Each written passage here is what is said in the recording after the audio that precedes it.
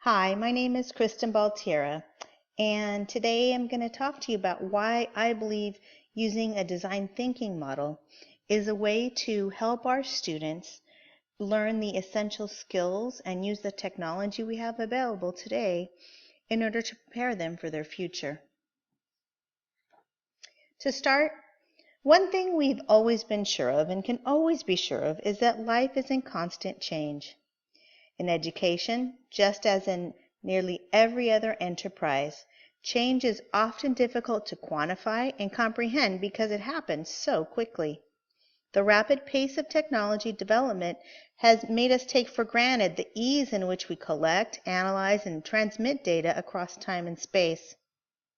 The only pause may be in our ability to capture those moments that provide us an advantage and a greater opportunity. Our youth, today's youth, need the skills and preparation. And now, as educators, it is incumbent on us to prepare them.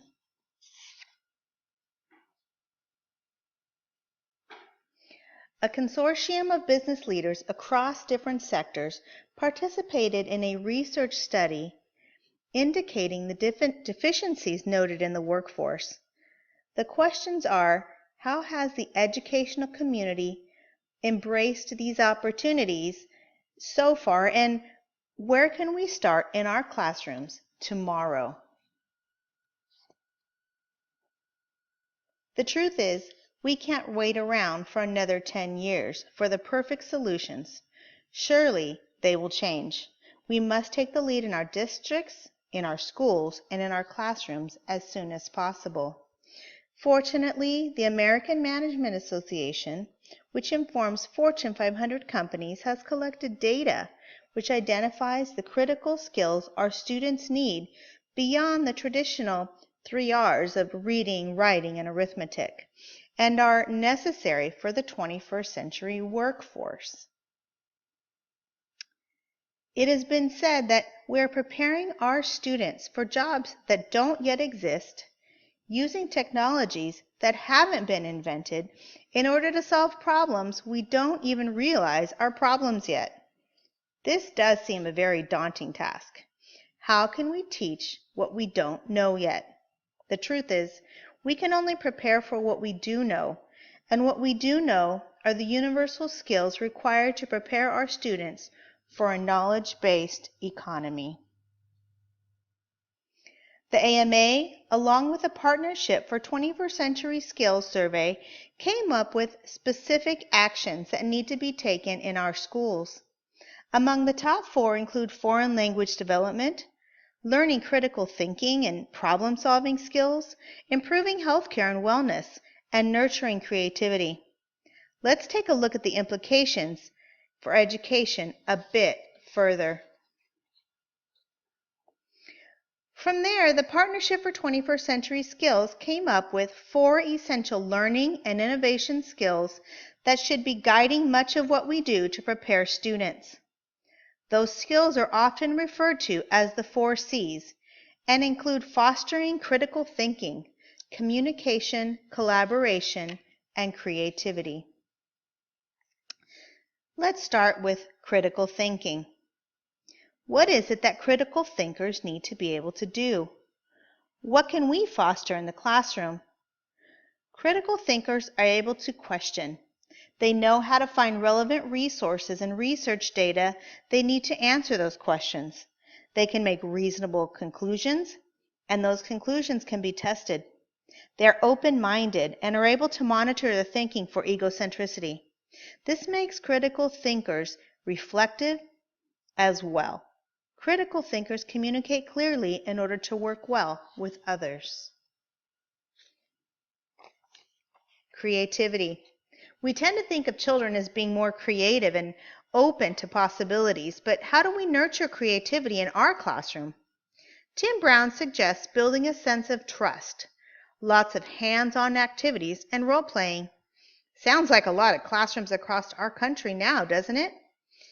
It is key we practice and provide time for purposeful brainstorming without fear of judgment.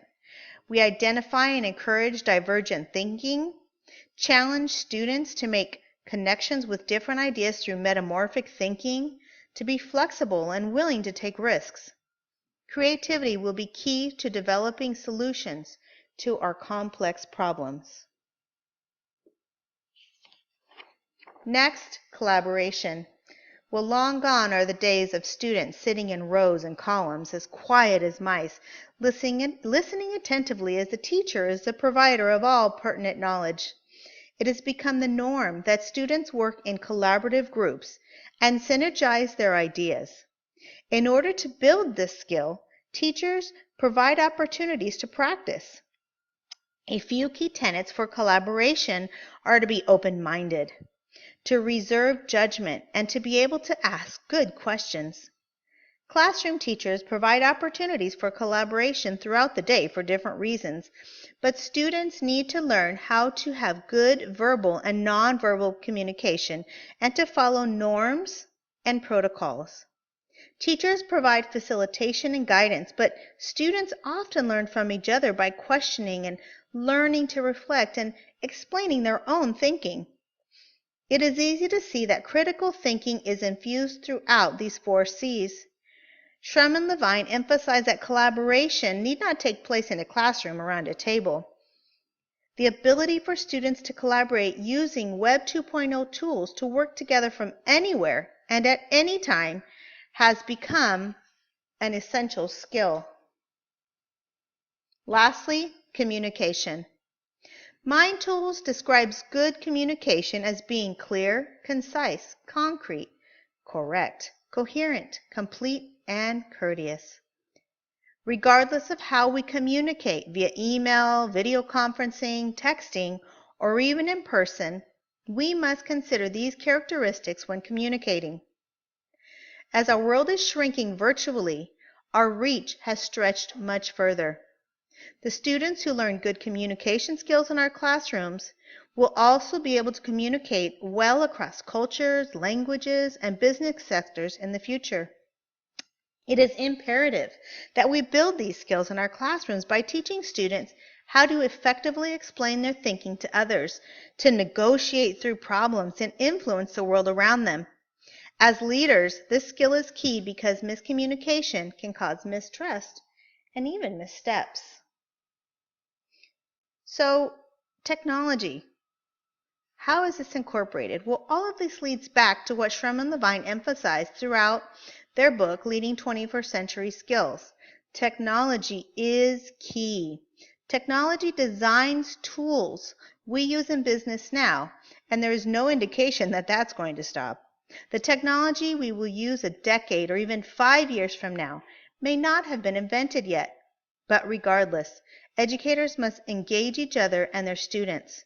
We have the obligation to prepare our youth to maneuver and use the technology available today with ease and in real-world situations that encourage and rely on those 4 C's we just learned about. This is what is in our sphere of influence as educators. As leaders, we must dive in and embrace the changes of our students and of what they need. Technology has been at the center of those changes. The students in our classrooms today are what Schremm and Levine call digital natives, and it is those in leadership positions and teachers who are actually the digital immigrants that need to focus on incorporating the technology and essential skills on a daily basis. So, now what? How can we take a step forward tomorrow in our classrooms, schools, and districts? What can we do with this information and make it useful immediately, yet meaningful? One solution is by using a design thinking process with our students. Design thinking can be simplistically described as a deliberate process by which solutions to problems are found. In a case study done at Hasso-Plattner Institute at the University of Potsdam, Germany, researchers state design thinking leads to a transition from the transfer of knowledge to the development of individual potential. Design thinking requires all 4 C's and can be used across any content or curricular area. In the first phase of the design thinking process, the discovery phase, a team must work together to discover what the problem is and find out what the needs are of the end user. The phase begins the process of empathy, which is required in critical thinking and communication. During the next phase of design thinking, the data gathered during the discovery phase is interpreted to better consolidate, synthesize, and focus the direction of the team. In the example shown, a team is taking the results of surveys and interviews of end users and experts and looking for general trends that can be interpreted and guide them toward their next phase. This phase requires critical thinking, clear communication, and collaboration.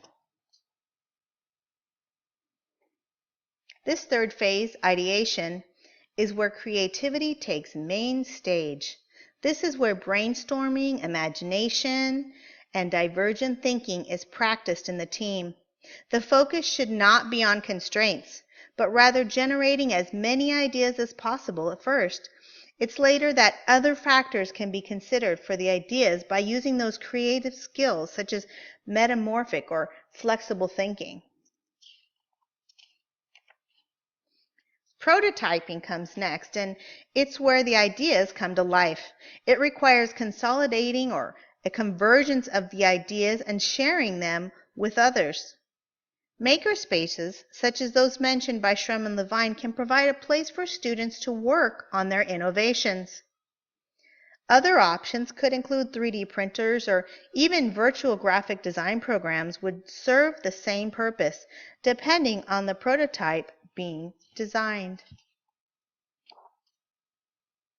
Lastly, the design thinking team should receive feedback from users and experts and other stakeholders on their prototypes. Feedback should be interpreted in order to refine the prototype and ensure the initial problem that they were addressing is still being addressed. This convergent phase requires using critical thinking, communication, and collaboration. So, circling back to the original question, why design thinking? Design thinking is a practical way to incorporate 21st century skills into our classrooms and schools through meaningful tasks within any discipline or subject. In addition, design thinking allows student-driven learning and easily incorporates whichever technology is available to students in today's brick-and-mortar classrooms, in virtual classrooms, and whatever we may see develop in the near future. Let's dive in. The supports, the professional learning networks, and the resources are waiting for us. We have nothing to lose and everything to gain. Thank you very much.